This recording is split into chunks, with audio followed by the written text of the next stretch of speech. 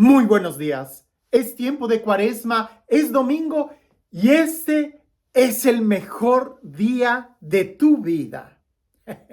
Y sí lo sé, ya muchos me van a decir, Padre, ya lo sabemos, es el mejor día de nuestra vida porque es el que estamos viviendo. El día de ayer ya pasó, es un recuerdo, no podemos cambiar nada. El día de mañana todavía no está aquí. Así que el único día que tenemos para vivir, para disfrutar, es el día de hoy. Con mucha razón, San Juan de la Cruz decía, solo tengo el día de hoy para decirte que te amo. Así le decía a Dios, solo el día de hoy. No se lo puedo decir mañana porque mañana no está aquí. Y el día de ayer ya pasó, así que solamente tengo este momento. Y recuerdo que en alguna ocasión cuando yo decía, este es el mejor día de tu vida, el sol ha surgido, está en el esplendor, alguien me decía, sí, padre, ya sabemos eso, pero eso no quita todos los problemas que tenemos. No, pues definitivamente con esa actitud no solamente no te va a quitar los problemas, sino que los va a agravar. Por ejemplo, yo no puedo hacer nada para mejorar el tráfico de Austin o de Houston, pero sí puedo hacer mucho para mejorar mi actitud cuando estoy en medio de ese tráfico. Así que va a depender mucho de cómo nosotros vemos las cosas. No estoy diciendo que nos ceguemos a la realidad, sino que más bien abramos bien los ojos y que aprendamos a ver las cosas con la mirada de Jesús, con la mirada de Dios, que siempre es optimismo en la realidad. Y de eso hablan las lecturas el día de hoy. Nuevamente, pido disculpas por no leer el Evangelio, porque si tú creíste que el Evangelio de la semana pasada era muy largo, espérate a que escuches el Evangelio de hoy. Pero al ser tomado de San Juan, es un Evangelio que es tan pequeño comparado con toda la realidad espiritual que el evangelista nos quiere hablar. Por eso en este breve, que no es breve, si lo leemos son varios renglones, pero es muy breve comparado con toda la enseñanza que quiere decirnos, no lo leo en este momento, esperando que tú puedas leerlo. Así que llega temprano a misa, agarra el misal que está ahí en la banca, busca el evangelio de este día y léelo en silencio. Ojalá puedas leerlo antes de ir a misa para que puedas entender un poco lo que Dios quiere gritarnos.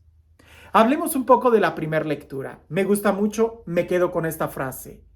La mirada de Dios no es como la del hombre. El hombre ve lo exterior. Dios mira el corazón. Ay, qué diferente fuera que nosotros pudiéramos aprender a mirar el corazón. Pero nos quedamos mirando el exterior, nos quedamos mirando las apariencias. El profeta estaba buscando a un rey y él estaba buscando a alguien apuesto, a alguien fuerte, a alguien que tuviera un porte real. Y Dios le dice, no, él no es. La mirada del hombre no es como la de Dios y hay que tratar de entender eso. Entonces, ¿cómo es la mirada de Dios? Nosotros queremos mirar como solamente miran los mortales. ¿O no sería mejor aprender a mirar con una mirada de la eternidad? Cuando tú y yo aprendamos a valorar y a ver las cosas en la línea del tiempo de la eternidad, créeme, entonces aprenderemos a tomar mejores las decisiones. Porque muchas veces nos podemos preocupar tanto por un aparato que solamente va a durar 2, 3 años y podemos estresarnos y angustiarnos y trabajar horas y horas por algo que perece. Hombre, 3 años en la línea de la eternidad no es nada. En cambio, si lográramos ver las cosas con otra perspectiva, entonces nos preocuparíamos más por las cosas del corazón que por las cosas externas. En la segunda lectura, lo que el apóstol nos dice, y me quedo con esta frase, despierta tú que duermes, levántate de entre los muertos y Cristo te iluminará. Y te iluminará Cristo. Fíjate qué frase tan fuerte. Despierta, levántate de entre los muertos y te iluminará Cristo. No está diciendo que nosotros seamos muertos, porque los cristianos ya tenemos vida, pero parece que muchos estamos durmiendo y un cristiano dormido no se diferencia mucho de uno que ya esté muerto, de una persona que esté muerta en pecado mortal, atado a este mundo. Pero el apóstol nos dice, despierta, despierta, date cuenta cuál es la vida. Una persona que está dormida no está disfrutando la vida. O sea, llévalo al extremo. Estar dormido, y no estoy hablando de dormido por las 8 horas que tenemos que descansar cada día, sino alguien que se la pasa en la cama todo el tiempo, no disfruta la vida. No va ni siquiera a disfrutar el estar ahí en la cama porque entra en una pereza, en un letargo, en algo que la vida se le escapa. No va a poder disfrutar el atardecer, correr, nadar en un río. O sea, se la pasa dormido. La vida pasa y esta persona está dormida. Bueno, parece que el apóstol nos dice, despierten. Alguien que se la pasa preocupado por las cosas materiales de este mundo no va a poder disfrutar la vida en su plenitud. Hay que despertar y darnos cuenta cuál es el verdadero valor de las cosas. Recuerdo, hace poco platiqué con una persona que me contaba que esta persona trabajaba literalmente 7 días a la semana, a veces hasta 2 turnos, no descansaba y así duró por más de 5 años.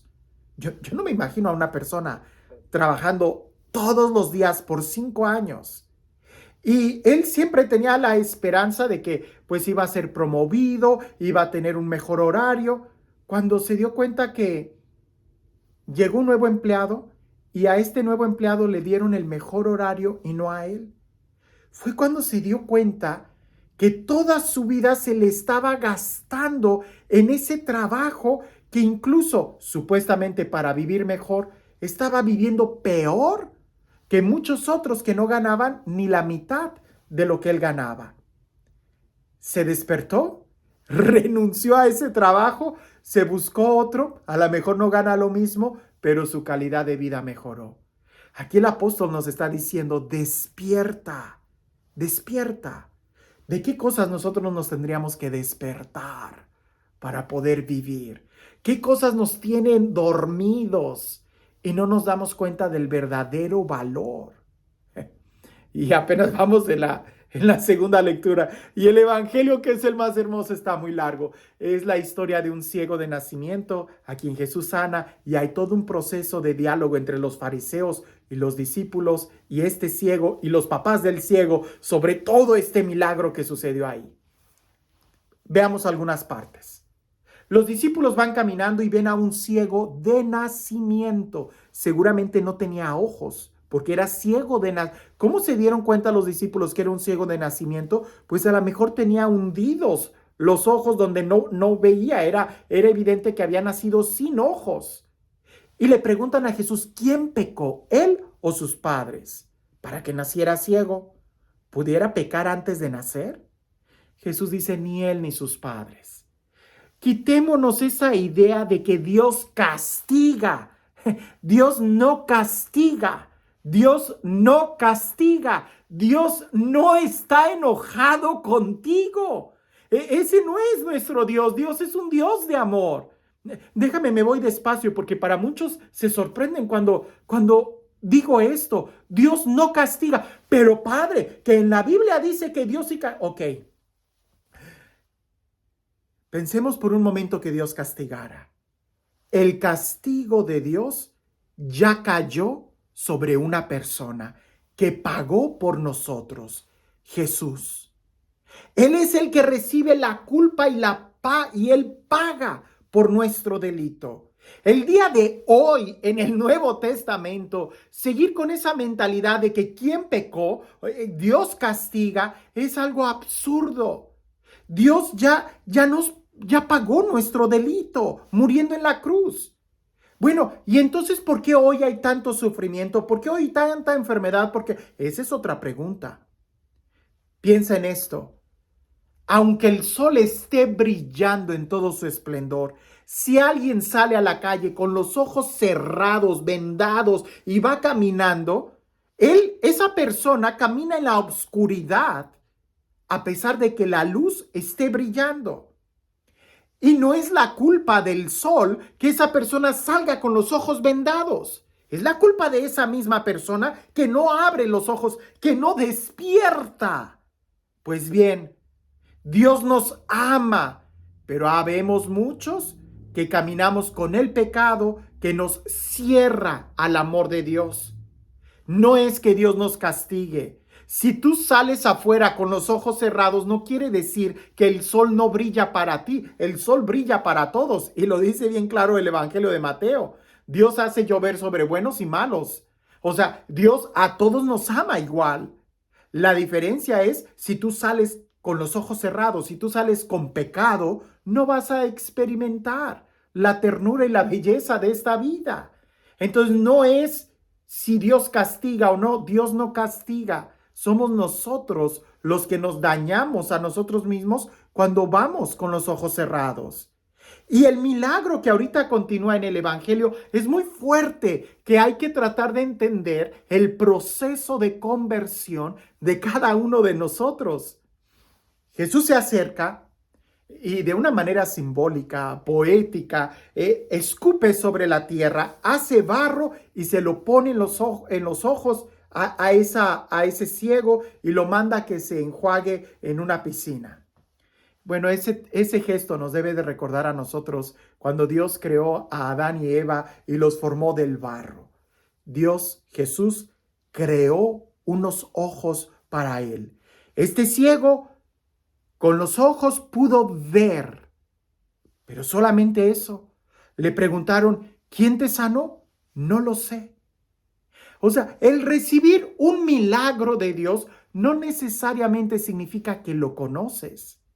Este ciego que ya veía y que la gente se preguntaba, ¿es el mismo que allá que estuvo? ¿Se parece? No, él decía, soy el mismo, ahora ya veo. ¿Pero quién te hizo eso? No lo sé, decía él. Después se vuelve a encontrar con Jesús, lo reconoce y cree en Jesús. Qué hermoso movimiento. Lo reconoce y cree en él. Pues bien, a veces nosotros recibimos un milagro de Jesús. La pregunta es, ¿y somos capaces de reconocerlo? Jugando con las palabras, de aceptarlo en nuestra vida, de reconocerlo como el Señor de nuestra vida. Cuando este ciego que ya veía lo reconoce, cree en él. Ahora, el ciego creyó en él. Veamos los fariseos, que ellos veían, pero no creían. Estaban ciegos, estaban dormidos. ¿Cuántas veces nosotros no estamos igual? Viendo las cosas, pero no creemos. Estamos en tinieblas en el interior. Y así nos puede pasar mucho más, ¿cómo se dice? Común de lo que tú crees. Porque podemos ver un día hermoso, podemos ver las aves, podemos ver el sol brillar, podemos ver tantas cosas, pero por dentro no creemos y estamos amargados y estamos dormidos. Podemos mirar a un ser querido, pero por dentro no creemos. Podemos escuchar que alguien nos dice te amo, pero no lo creo. Y entonces nos aislamos, nos amargamos, estamos secos y no vemos bien. Preferimos ver la obscuridad, las malas noticias, en lugar de realmente creer en Jesús. La mirada de Dios no es como la del hombre. ¿Tú cómo quieres ver? Que con mucha razón el apóstol nos dice, levántate y te iluminará Cristo. Levántate y te iluminará. Y este Dios, el Dios del amor, el Dios de la vida, el Dios que hace nuevas todas las cosas, que sea Él quien el día de hoy nos bendiga.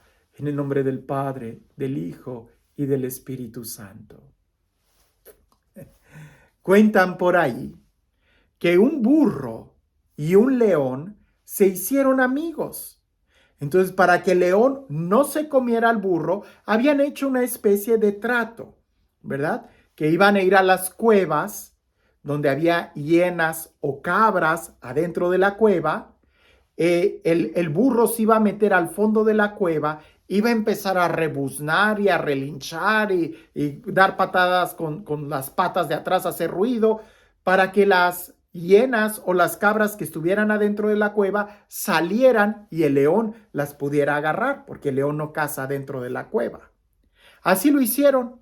Y en una ocasión el burro se metió, relinchó tan fuerte que salieron todos los animales y el león se dio un banquete. Al final el burro se acerca al león y le dice, ¿estás contento? ¿Te gustó el show que hice? Y el león le contesta, si yo no supiera que tú eras un burro, yo también me hubiera asustado. A veces por no abrir bien los ojos, no somos capaces de reconocer todos los burros que están relinchando a nuestro alrededor, que nos llenan de miedo. Pero si pudiéramos ver con claridad, seríamos libres. Libres para amar, libres para ser felices y libres con la libertad necesaria que se requiere para tener un encuentro con Dios. El día de hoy, ¿tú ves con claridad? ¿O tu mirada está solo en las cosas materiales que el día de hoy son, mañana ya no existen? ¿En dónde está tu mirada? Que tengas un excelente día.